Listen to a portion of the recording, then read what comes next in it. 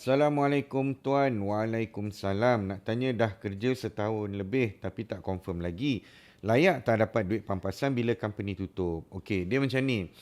Untuk melayakkan diri dapat pampasan ataupun faedah penamatan kerja ni, dia ada beberapa syarat.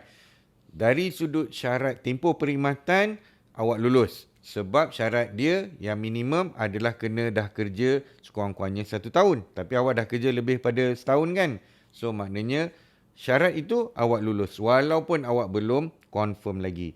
Tapi kita kena ingat juga ada syarat-syarat lain. Antaranya adalah kalau awak dah terima upah lebih pada 4,000 tak layak.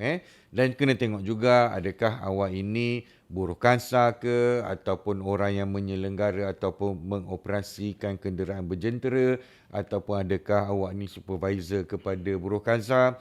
So ada juga syarat-syarat lain, tapi dari sudut tempoh perkhidmatan awak dah lulus.